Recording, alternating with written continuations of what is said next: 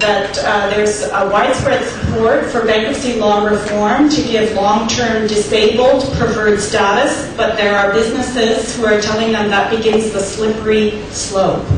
That being the slippery slope of giving preferred status to the pensions.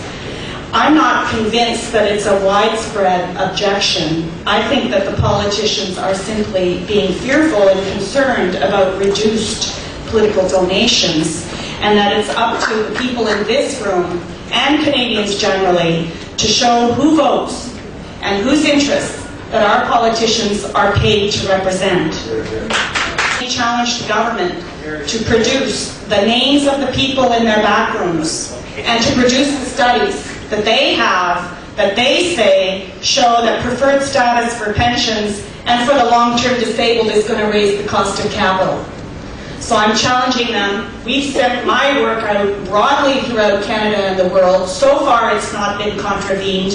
Let's get it into a public forum like this one. If there's any bank, any investment corporation who'd like to stand up and tell the pensioners and the long-term disabled of Canada that it is going to raise their cost of capital, prove it. Right on. The Service Plan of Canada has a $4 billion exposure out of $38 billion total assets to asset-backed commercial, which was a heap full of credit default swaps, as well as direct selling of credit default swaps by the money managers of the PSP. It's totally unacceptable. In addition, the case to Depot, you would all have heard, took over $45 billion of write-downs, a significant proportion of which relates to their asset-backed commercial paper. Again, steep full of credit default swaps. Serious problems in the Quebec pension plan and Quebec pensions as a result of the haircut that in the investments related to the involvement of the case in credit default swaps and other derivative products. There was a question raised on behalf of the issue of should there be a separation of the employer administration of the plan and those that govern the plan. I have to say as well, the university sector of Canada got hit very, very badly by the asset-backed commercial paper crisis.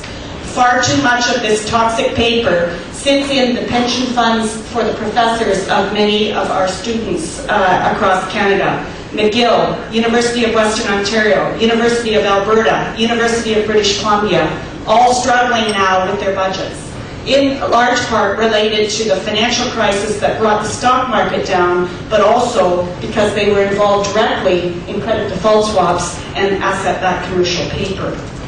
The question was raised by two people on what are we doing in Canada about investment fraud, and what are we doing about toxic investment products. I'm working with the former Detective Sergeant of the Toronto Police Services in the advocacy of the creation of a new securities crime unit. We support the new National Securities Commission, but more importantly, we support getting our securities fraud police on the beat. And so we need major restructuring of securities crime policing in Canada, and this is to deal with the Ponzi scheme discussion. And there was a question about income trusts. We were there with the National Pensioners and Senior Citizens Federation to advocate that Mr. Jim Flaherty shut down the income trust product line, which he did in 2005. It was controversial, but this is an example of what our government can do when you bring them research, when you show them that there's a product or a behavior in the marketplace that is wrong. Mr. Jim Flaherty will stand up. And I'm not saying that because I am partisan. I just know that this is a government who will listen when there is toxic products or bad behavior in the marketplace. They just don't know yet what's going on in the credit default swaps and how this is devastating pensions and long-term disabled.